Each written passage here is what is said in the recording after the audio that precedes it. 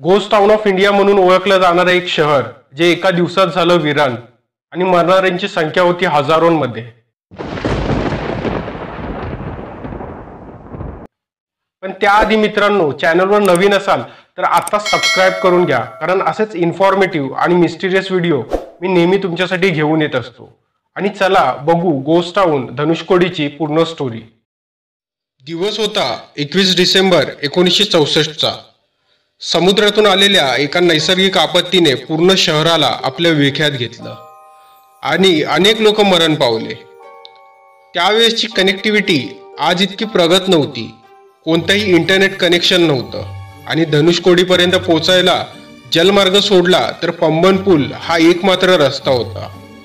त्याचा परिणाम म्हणजे हे छोटं शहर जे तीर्थयात्री आणि पर्यटकांसाठी टुरिस्ट स्पॉट होतं ते एकदम खंडर झालं।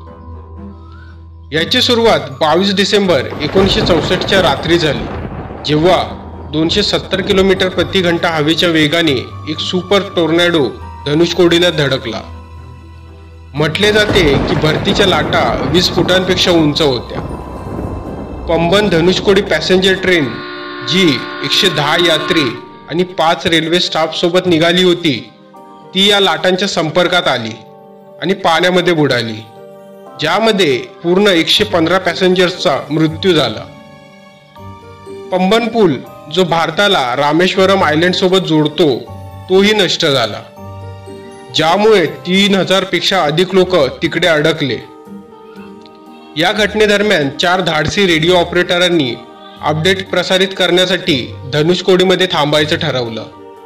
ते 12 तासांपर्यंत पंबन पुलाच्या तुटलेल्या अवशेषांवर जिवंत राहिले, ज्यासाठी त्यांची प्रशंसा झाली आणि नंतर पुरस्कृतही केलं गेलं। फक्त धनुषकोडीमध्ये 800 पेक्षा अधिक लोक मरण पावले आणि एकूण मरणाऱ्यांची संख्या 1800च्या जवळ होती। धनुषकोडीमध्ये चक्रीवादळ येण्यापूर्वी प्रवाशांना श्रीलंकेच्या तलाई मन्नारपर्यंत जाण्यासाठी एक रेल्वे स्टेशन आणि जेटीची सेवा होती। धनुषकोडी एक व्यस्त शहर होतं, जिथे एक पोस्ट ऑफिस, एक मंदिर आणि चर्चही होतं, पण चक्रीवादळाने सर्व नष्ट केलं।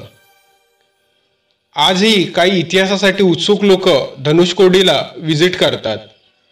पौराणिक कथेनुसार धनुषकोडी ते स्थान आहे जिकडे भगवान रामांच्या निर्देशानुसार हनुमान आणि रामसेनेने श्रीलंकेपर्यंत पोहोचण्यासाठी एक पूल बनवला होता। हे रामेश्वरम पासून जवळपास 20 किलोमीटर आणि श्रीलंकेच्या 31 किलोमीटर दूर स्थित आहे। पण 1964च्या त्या घटनेनंतर धनुषकोडीला गोस्ट टाउन ऑफ इंडिया म्हणून ओळखले जाऊ लागले। मित्रांनो, कसा वाटला आजचा व्हिडिओ कमेंट करून जरूर सांगा आणि व्हिडिओला लाईक करून चॅनलला सबस्क्राइब जरूर करून घ्या। मी शैलेश, भेटतो तुम्हाला नेक्स्ट व्हिडिओमध्ये। आतासाठी नमस्कार।